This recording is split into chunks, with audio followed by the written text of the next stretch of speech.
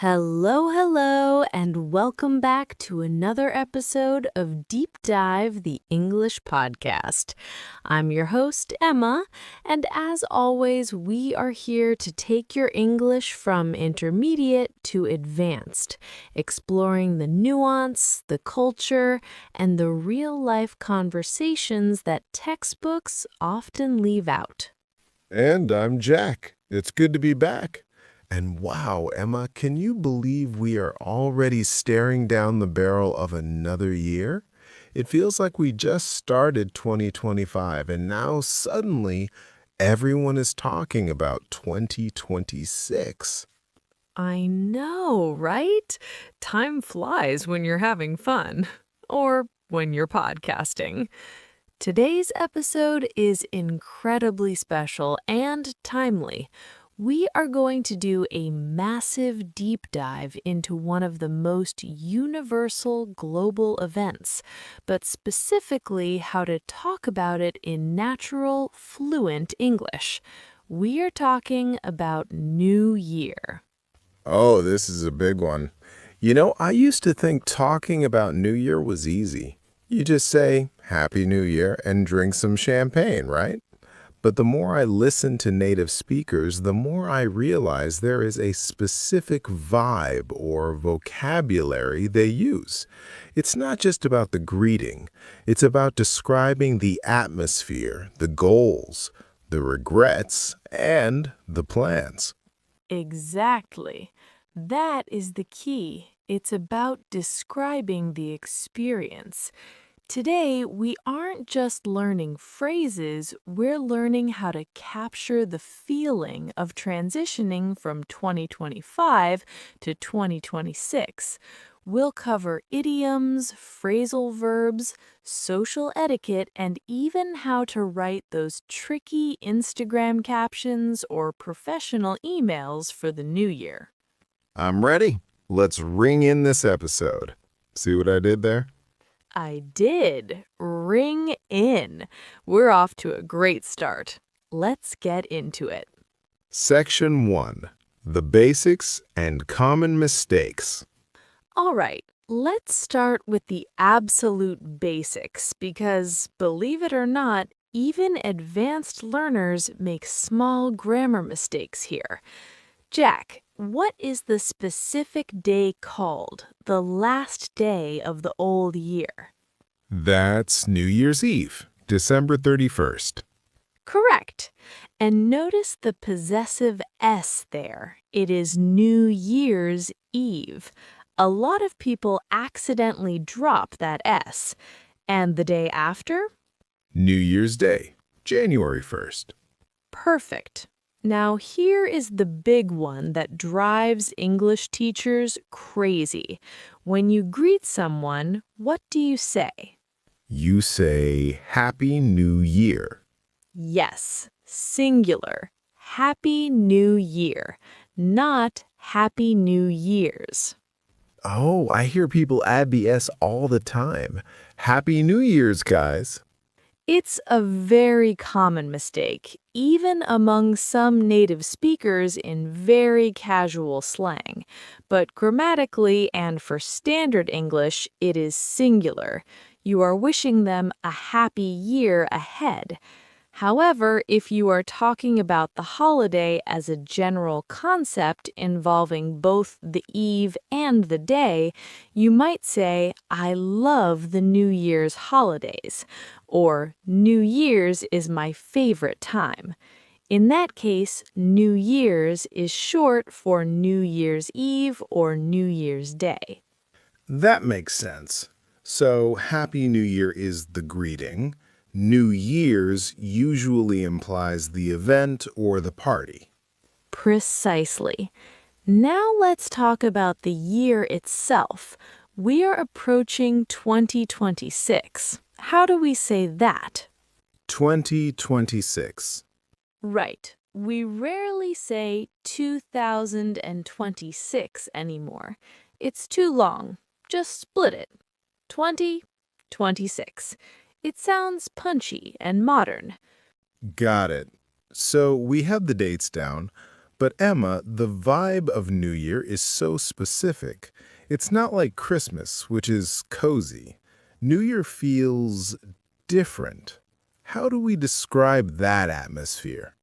This is where your vocabulary can really shine. If you want to describe a great New Year's Eve party, you wouldn't just say it was good. You might say the atmosphere was electric. Ooh, electric. That implies high energy, excitement, maybe a bit of chaos. Yes, buzzing with energy. Another great word is festive. Everyone was in a festive mood. It means people were ready to celebrate, laughing, maybe wearing glitter or funny hats. What if it's a crazy party? Like way too many people, loud music, total madness. Then you might call it raucous. Raucous. That's a great word. We had a raucous celebration. Exactly. But not everyone likes a raucous party, especially as we get older, right? Some people prefer a low-key New Year. That is definitely me for 2026. I want a low-key night. Maybe some board games, a few close friends. How do I describe that without sounding boring? You say exactly that. We're keeping it low-key this year. Or you could say we're having an intimate gathering. It sounds sophisticated.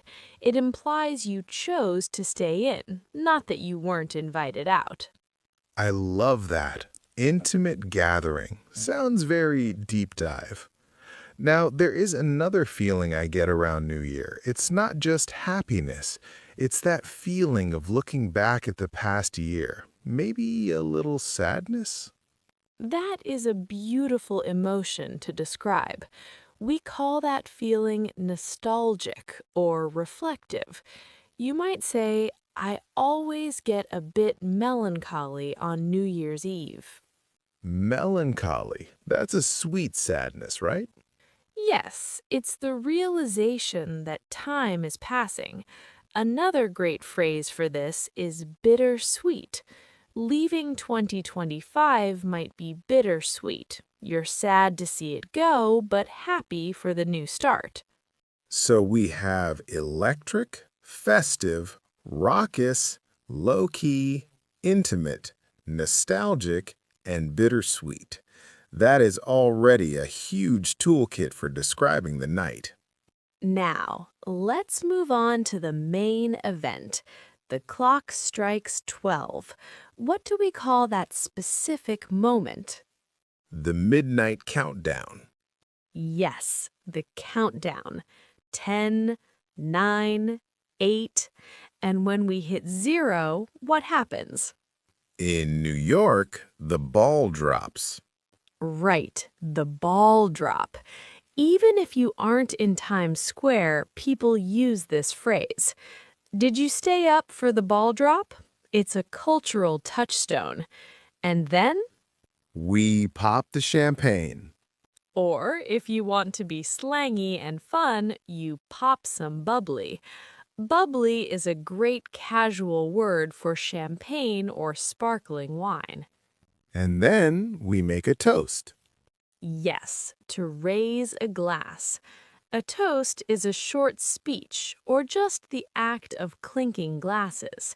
You might say, let's raise a glass to 2026. Is there a specific song?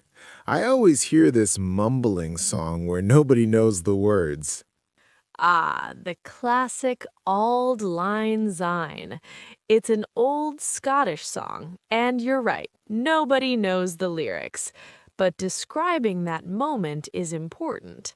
You can say, we all sang Auld Lang Syne, or we rang in the new year with the traditional song. Rang in. You used that earlier, to ring in the new year. That's a phrasal verb, right? It is. It comes from the old tradition of ringing church bells at midnight. Now it just means to celebrate the beginning of the year. How do you plan to ring in 2026 is a very common question. What about the stuff that falls from the ceiling? Confetti. And those paper ribbons are streamers. If you wake up on January 1st and your house is covered in confetti and streamers, you can say the place was covered in confetti and streamers. Okay, so we have the party covered, but the biggest part of New Year conversation isn't the party, it's the resolutions. This is the meat of the conversation.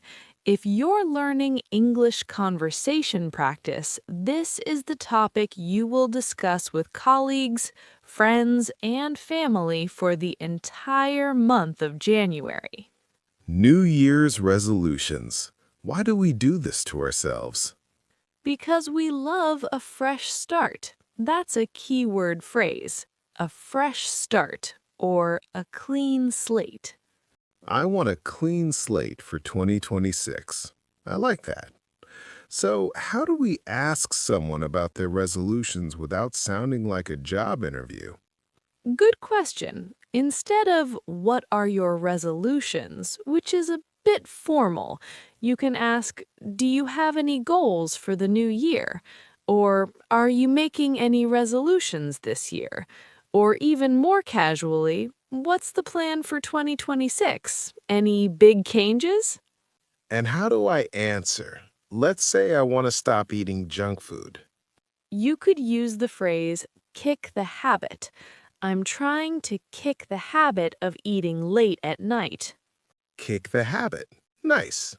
What if I want to start something new, like going to the gym? I know, cliche. You can say, I'm going to take up weightlifting. Take up means to start a new hobby. Or you can use the idiom, turn over a new leaf. I'm turning over a new leaf this year. That implies I'm changing my behavior for the better. Exactly. It comes from turning the page of a book. You are starting a new chapter. What if I'm not into resolutions? I feel like people give up by February. That is a very common sentiment. You can say, I don't really believe in resolutions, or I usually break them by February, so I stopped making them. Break a resolution. That's the opposite of keeping one. Yes, and if you do keep it, you say, I stuck to my resolution. Stick to is the phrasal verb for persistence. I really want to stick to my diet this year. Perfect. Now, Jack, let's role play a little bit.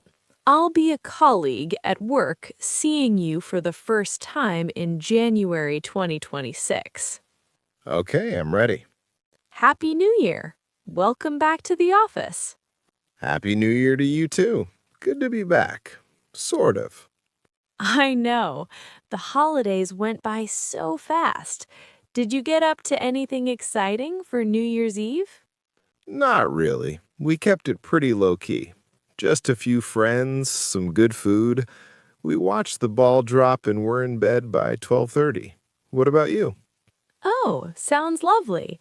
We actually went to a pretty raucous party downtown. I'm still recovering, to be honest. Any big plans for 2026? Well, I'm trying to turn over a new leaf regarding my fitness. I've signed up for a marathon. Wow, that's ambitious. I'm sure you'll stick to it. That felt very natural. It was. Notice how you used kept it low key, turn over a new leaf, and stick to it. Those little phrases make you sound like a native speaker. Section 5. Reflecting on the past year. We can't talk about the new year without talking about the old one. How do we summarize a whole year? We often use summary nouns. If it was a crazy year, you might call it A whirlwind. 2025 was a total whirlwind. What if it had good parts and bad parts? You'd call it a mixed bag. It was a mixed bag. I got a promotion, but I also broke my leg. A mixed bag. That's very common. What if it was just terrible? Can we say that? Of course, you can say, I'm glad to see the back of 2025. Glad to see the back of it. I love that idiom. It means you're happy it's leaving. Conversely, if it was amazing, you might say, 2025 is going to be a hard act to follow. Meaning 2026 has to work hard to be as good. Exactly. When we reflect, we also talk about highs and lows. What were your highs and lows of the year is a great conversation starter at a dinner party. It's deeper than just, how was your year? Yes, it invites a real story. Section 6. Cultural Traditions and Global Context. Now, our listeners are from all over the world. New Year isn't just about the ball drop in New York. For example, in Spain, they eat grapes, right? Yes, the 12 grapes of luck. If you were explaining this to an English speaker, you would say, in my country, it is customary to eat one grape for each chime of the clock at midnight. It is customary to. That is a great phrase for explaining traditions. In the southern U.S., people eat black-eyed peas for luck. In Scotland, there is first footing. What is first footing? It's the belief that the first person to enter your home after midnight determines your luck for the year. They should be a dark-haired male bearing gifts like coal or whiskey. So specific. But if I'm explaining my tradition, I might need words like symbolize, prosperity, and ward off. Yes, we eat lentils because they symbolize coins and prosperity. Or we make loud noises to ward off evil spirits.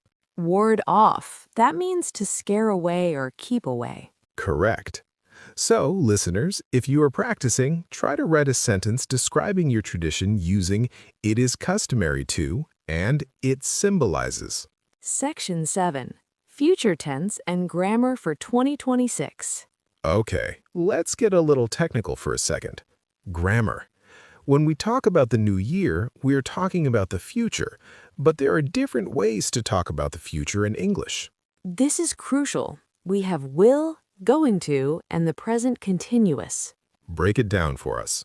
If you are making a decision right now at the moment of speaking, use will. Imagine you're at a party and someone offers you a drink.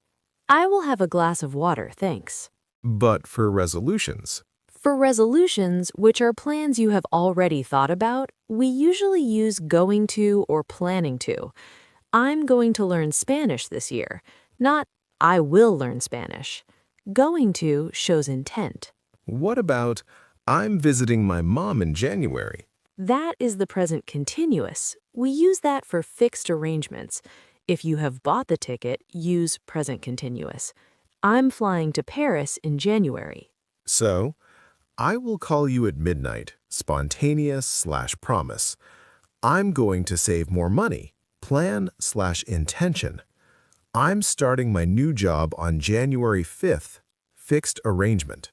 You nailed it. And there's one more advanced one. Hope to. I hope to travel more.